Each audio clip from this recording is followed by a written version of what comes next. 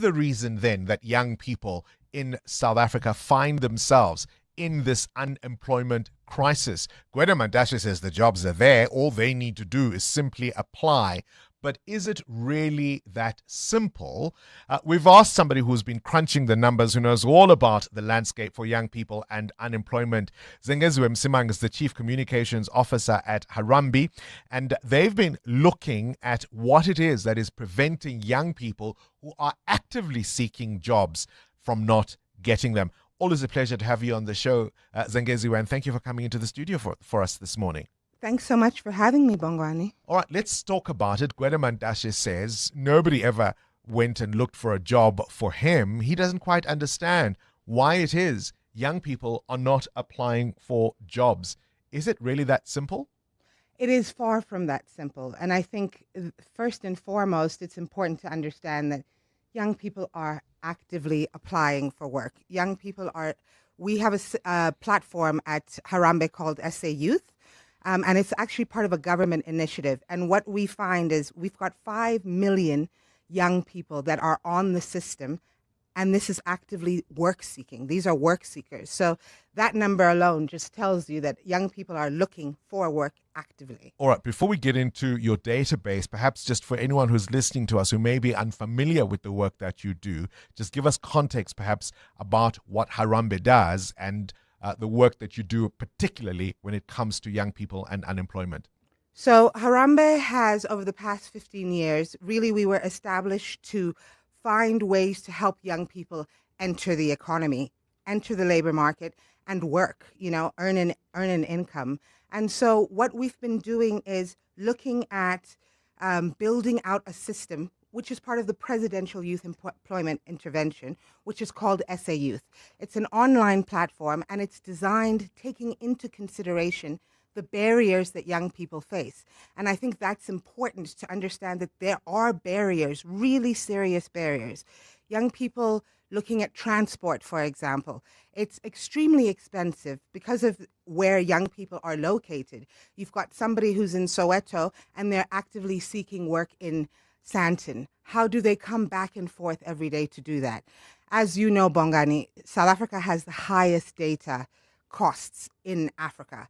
A lot of work seeking happens online. It happens on, people literally going to different platforms to look for work.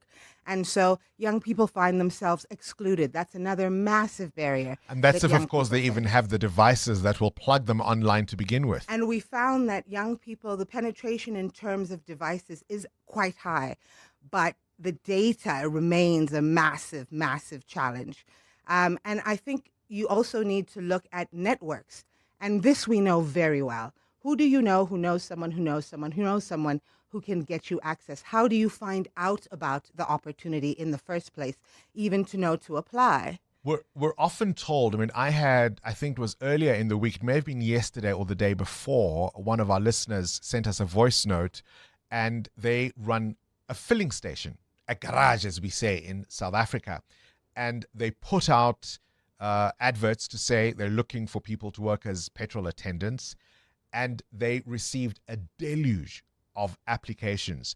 And so even when positions are advertised, the number of people who apply is usually significantly higher than the available positions. Well, this is exactly it. If you just take an example of last year, we did a project, a massive project. It was a public employment program as part of the Department of Basic Education. So just wrap your mind around these numbers. We were assisting them to recruit and place for 205,000 positions.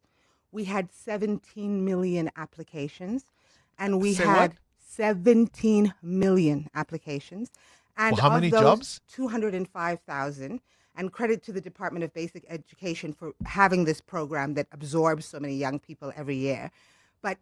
And of those, 1.9 million were unique. So that tells you two things. One, to your point, just the sheer volume of people who are actively looking for work. But the other thing, and the size of the scale of the challenge. But it also tells you that with the 1.9 unique applications, that made up the 17 million. So you've got 2 million young people that are just applying for everything over and over and over. So it really does show the scale of the problem. We've just celebrated the class of 2025. Now, it used to be that you could leave school with a matric certificate. And of course, if you wanted to pursue more opportunities and, go on to university or some kind of vocational college, that was an option. But you could also actively look for work on the basis that you now had this matric certificate. Not that simple these days. It's not that simple at all. And the reality is that the economy is not growing at the rate that we need it to. And as a result, job creation is not taking place as we need it to take place.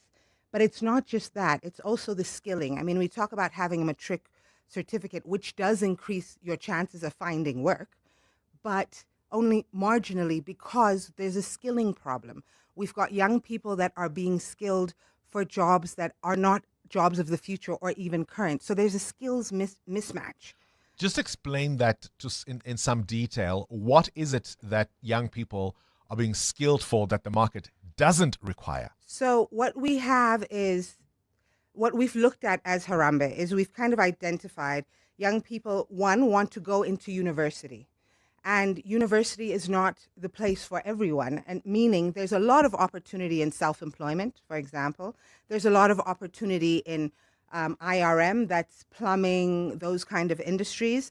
We've got TVET colleges, which are also doing a lot of work now to better match the actual skills that they're providing with what we need. So we've got tech, for example.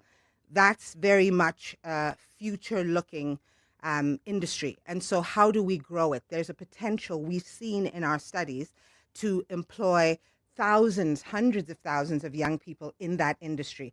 So there's no point in somebody coming out of matric and they do a course, and it's sold to them often, but they do a course, a 3-week course on tech. But that tech is not teaching them what they require to actually, is it helping them with coding? Is it helping them with the skills? We have AI now that are going to enable them to work in those industries. Care industry is another one. How do we get young people interested and I'm just going to ask you to stick a little closer to the microphone. Sorry, and really skilled in those kind of industries. The green economy. There's so much potential in the green economy, but young people need to know, and we need to. TVET colleges, universities, short courses, training organizations. Yeah. We need to be skilling them in the right things. You mentioned opportunities for self-employment. Yeah. It's really, really important with the reality of the stagnant, not almost stagnant, we've seen some green shoots, but with the reality of the slow growth in terms of employment creation, job creation in the private sector. We need young people looking at self-employment. We need them. Where would they begin? So what we do at Harambee and through the SA Youth platform is starting to, one, advocate to release some of those barriers, like how do they get a bank? They can't even get a bank account. So for some of these programs, But the other thing is shifting a mindset and having young people understand that the concept of hustling, the concept of you are braiding hair, for example, you do it after school. How do we give you the skills and the knowledge to turn that into a business? And other small things that young people, and this is, I know the minister didn't say lazy, but the one way I would describe young people is extremely resilient. During COVID, we saw young people losing jobs first and at a massive scale, but we also saw them selling things on the side of the road, all sorts of work that they created themselves. I said earlier that, yes, he didn't use the word lazy, but the inference was clear. Do you think there is a disconnect between the rhetoric of policymakers and the reality of young people seeking work? I think that there is a lot of work that is being done by government. I think where a lot of the disconnect comes, and there is a disconnect, but I think a lot of it comes from communication and understanding, one, within government itself, all of the amazing programs like SA Youth, which is part of the presidential, youth intervention that are taking place. And I think it's really about getting the older generation or employers, for example, getting everybody behind the concept of This is not something that can be fixed by young people. This is not something that can be fixed by employers. This is not something that can be fixed by government unless we all pull together and actually address this thing as the crisis and the challenge it is. And certainly not blame the people who are most in need of help. It's not useful. Zengeziwe Msimang, I appreciate your time. Chief Communications Officer at Harambee. EWN Traffic. This EWN Traffic is brought to you by South African Airways. It's nearly time to head back to university, so why hit the road when you can fly? Book at flysaa.com now. Well, Bongs, we do have delays, especially on the N14 East. That accident in the Milders Drift area is still causing heavy traffic volumes towards Malibongo Drive.